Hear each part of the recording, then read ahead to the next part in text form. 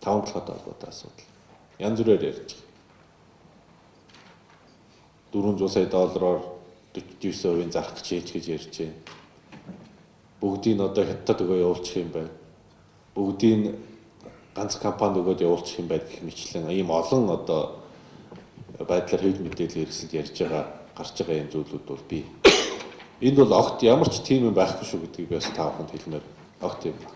Засгийн газар дээр бол ажлын хэсэг байгуулагдсан уу? Байгуулагдсан.